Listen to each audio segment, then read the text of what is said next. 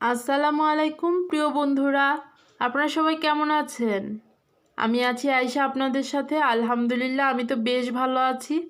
আর আজকে আমি এসেছি আপনাদের জন্য নতুন আরও একটি রেসিপি নিয়ে। যদি ভালো লাগে অবশ্যই বাসায় ট্রাই করে ফেলুন।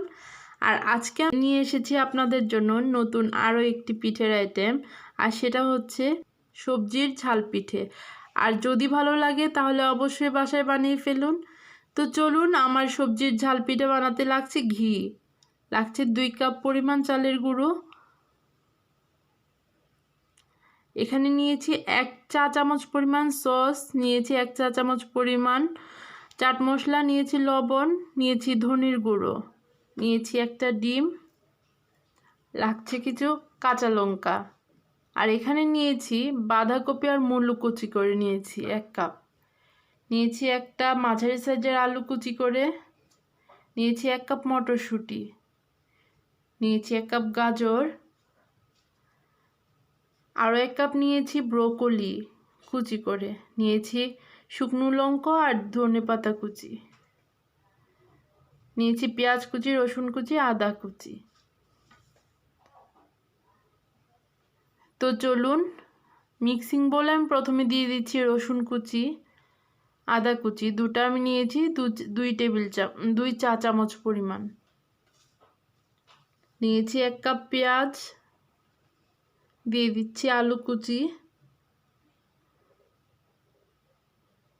দিচ্ছি বাঁধাকপি আর মূলো কুচি, মটরশুঁটি,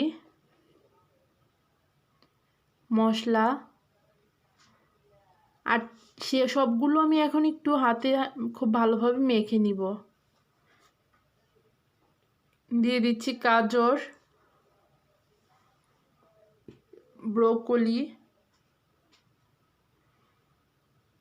শুকনো লঙ্কা আর ধনেপাতা কুচি।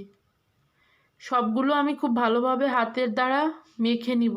তার মাধ্যমে লবণ ছিল মশলাগুলোর সাথে, তাই এগুলো অনেক তাড়াতাড়ি সফট হয়ে যাচ্ছে। আর এগুলো আমি খুব ভালো করে কুচি করে নিয়েছি। দিয়ে দিব ডিম। এখন আর একটু ভালো করে মেখে তাতে আমি চালের গুঁড়ো অ্যাড করে দিব।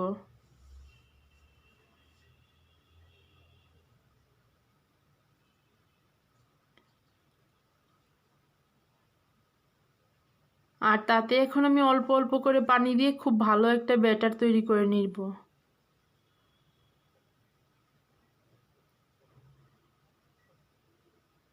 তো আমার ব্যাটার তৈরি করা হয়ে গেছে। আমি চুলায় একটা প্যান বসিয়ে দিলাম আর দিয়ে দিলাম পরিমাণ মতো ঘি। ঘিটা আমি একটু ব্রাশ করে নিব। আর তাতে দিয়ে দিব ব্যাটারটা দিয়ে আমি একটু চামচটা দিয়ে ছড়িয়ে দিব আর ঢেকে দিব এখন। আর চুলার আঁচ আমি রেখেছি একদম লো। অল্প আঁচে বানানোর ফলে পিঠাটা সবজিগুলো সিদ্ধ হয়ে গেছে খুব ভালোভাবে।